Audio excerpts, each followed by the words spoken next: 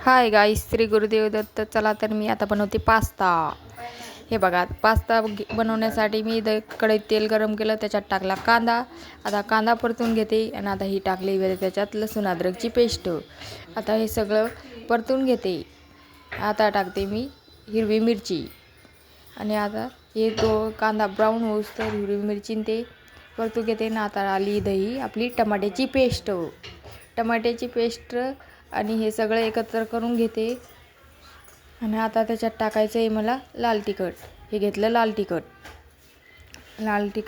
टाकूनच थोडं हलवलं आणि त्याच्यात थोडं नमक टाकलेलं आहे. आता टाकले पास्ता मी पहिले शिजवून घेतला होता. आता टाकते त्याच्यात मी पास्ता आणि मग ते पास्ता आणि ते सगळं एकजीव करून घेते. हे टाकले पास्ता मसाला. हे बघा, सगळं एकत्र कालवते. आता हा आमचा कुक. आता थोडी वरून कोथिंबीर टाकते, त्याने त्याचा लुक एकदम भारी दिसतोय. झाला आमचा पास्ता रेडी. हा खातो इथं.